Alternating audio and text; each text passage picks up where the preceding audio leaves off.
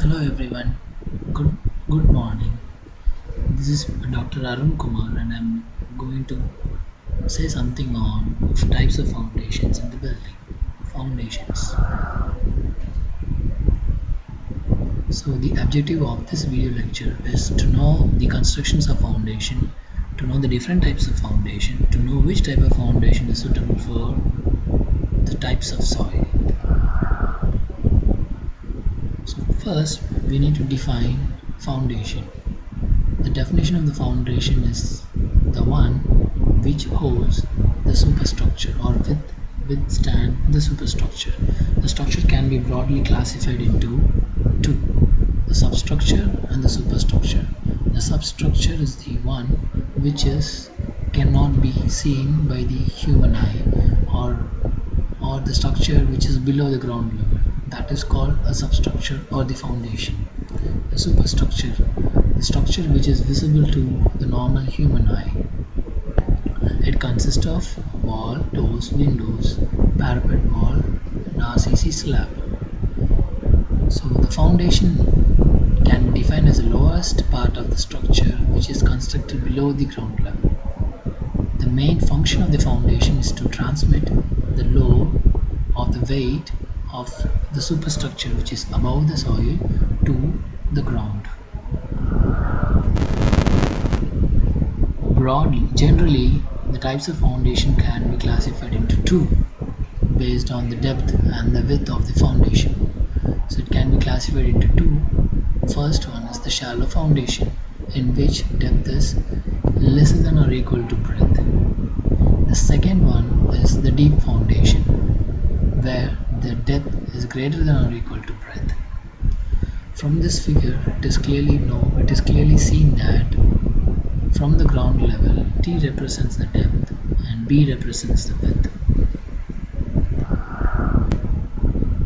Further, if we want to classify the shallow foundation, it can be classified into four: wall foundation, isolated column foundation, combined foundation, mat or raft foundation. Secondly, the deep foundation can be classified into pile foundations, under-reamed pile, and well foundations. So this picture clearly shows the shallow foundation, and this is the depth and this is the width of the foundation, and this is after laying the foundation.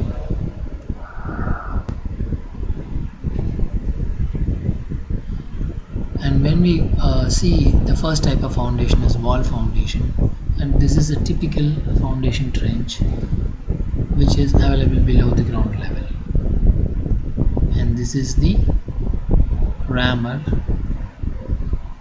and in which it can be compacted. A sand or a pieces of bricks can be compacted in order to make a solid substrate, and a concrete can be done. And after that process, a layer of PCC along the wall can be constructed, and this is a simple example for a simple wall foundation. And secondly, the wall foundation can have a footings. A footing can be constructed of using a reinforced cement concrete, as shown as in the figure. And this is plain cement concrete, and first footing, second footing, and then comes the wall. And this is an example for a stepped foundation. Isolated footing. The main purpose of isolated footing is to provide under the column to transfer the load safely to the bed soil or the hard rock stratum. These footings may be slab, stepped, or sloped ones. This is an example for an isolated footing or isolated footing. As you can see, the depth, and this is the hard stratum in which the load can be transferred to the subsoil. And this is the stage in which the reinforcement is laid and workers are doing concreting. And this is the foundation. after concreting.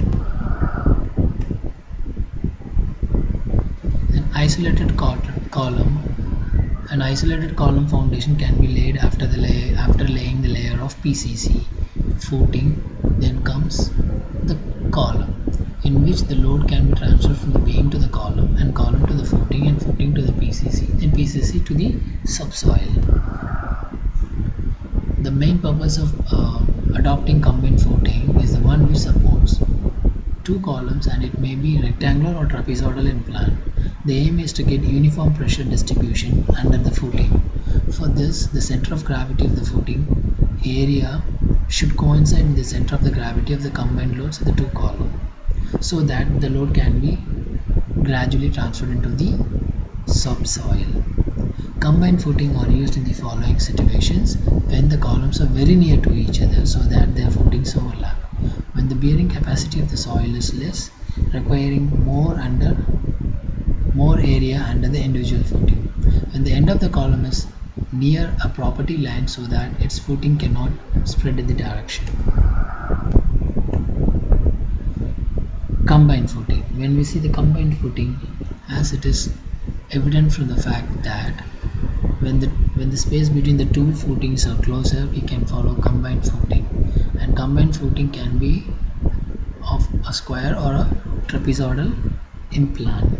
So this C represents a column, and the center of the column and the center of the adjacent column are the same line. And when we see the elevation, this is the elevation of this combined footing. Next to combined footing, the other most commonly used foundation is mat foundation, in which it is suitable when the soil in the site for the proposed construction structure is erratic. Means it will have a soft clay, or in which the settlement of foundation can be possible. In other words, the safe bearing capacity of the soil will be low. So in such cases, mat foundation can be adopted. Mat foundation can be constructed by using RCC slab covering the whole area of the bottom of the structure. The slab provided with the steel reinforcing bars in both directions.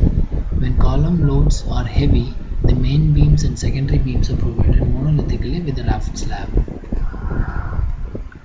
So this picture shows an example for a mat foundation in which a complete reinforcement for the particular length, width and breadth of the mat is laid, and a concreting is done.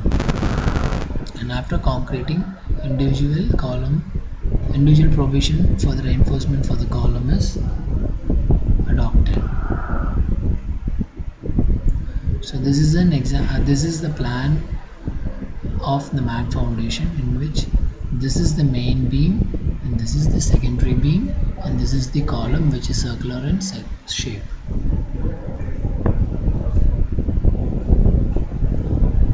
When we see the elevation, this is the elevation of this particular mat foundation. First, the layer of PCC bed. In general term, PCC bed is laid. Above that, RCC slab for the desired load bearing capacity is constructed. Then main beam, so that load from the column is transferred to the main beam, then to the RCC slab, then to the PCC slab. The second major classification of foundation is the pile foundation. Pile foundation is more commonly used in the building where the loads of the superstructure is heavy and it is distributed uneven. The topsoil has poor bearing capacity, the subsoil water level is high, and there is a large fluctuation in the subsoil water level. And if a canal or a deep drainage lines exist near the foundation, this pile foundation can be adopted. This pile foundation can also be adopted for the structure located in the sea or near the seashore or the riverbed. The classification of pile foundation based on its function. The first one is end bearing piles, second one is the friction piles, third is the compaction piles, fourth is the tension piles, and the last one is the anchor piles. And the classification based on the material and the composition are concrete piles, which can be of precast that is cast in the site, then tube, and then can be constructed on the site. Cast in situ is the traditional way of construction. Then timber piles. Third one is the steel piles, and which will have H shape, H pile, pipe pile, sheet pile, and a composite will be of concrete and timber. Second is concrete and steel. This picture clearly shows the end-bearing pile, in which in the layer of soft soil a pile can be rammed into the earth, and this pile transfers the load from the superstructure to the hard stratum. The second one is the friction pile, which used to transfer the loads to the depth of the foundation by load carrying capacity by means of skin friction along the length of the pile. The third one, compaction pile. These piles are used to compact the loose soil, thus increasing their bearing capacity. The compaction piles themselves do not carry any load, hence they may be of weaker material. The pile tube driven to compact the soil is gradually taken out and the sand is filled in place, thus forming a sand pile. So this figure shows a concrete pile and a steel pipe of different shapes. And this is the compaction pile, in which the layer of the soft soil is compacted by means of this pile.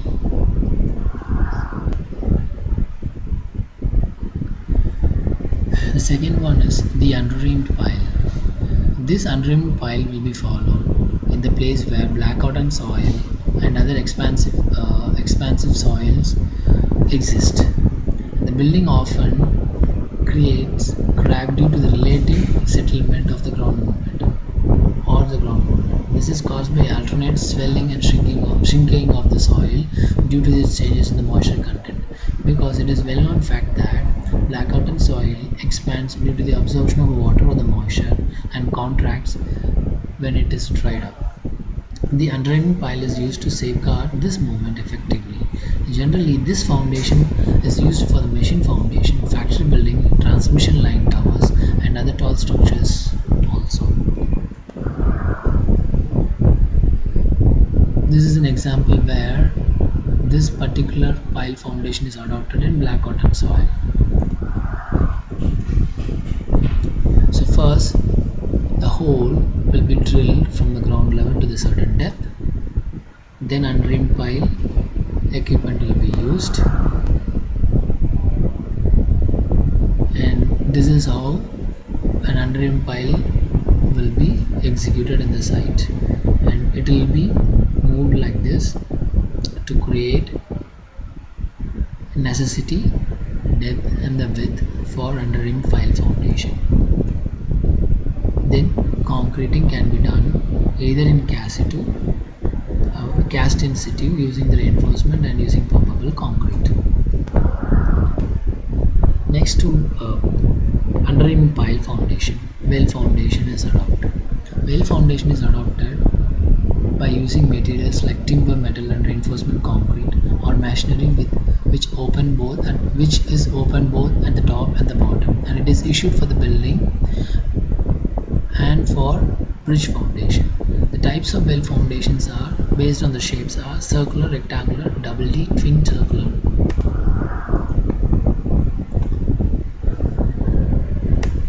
So this picture will depict how the well foundation can be constructed. First, it is excavated to a certain depth and the concreting can be done as shown as in the figure. So this is the cutting edge, the curve and staining. Then concreting can be done on the layer to provide a hard substratum where the load can be transferred. Then sand filling is done. Then the layer of top plug is laid. Then well cap is constructed. After that, pier is constructed by use of RCC reinforcement and concreting. So this is an example for well foundation, which is adopted for a particular bridge that across the river. This is another example for well foundation.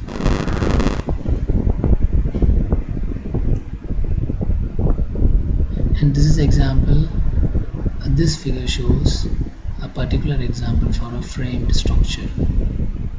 So first, individual or isolated PCC foundation is laid, which is shown in gray color. Then isolated footing is laid.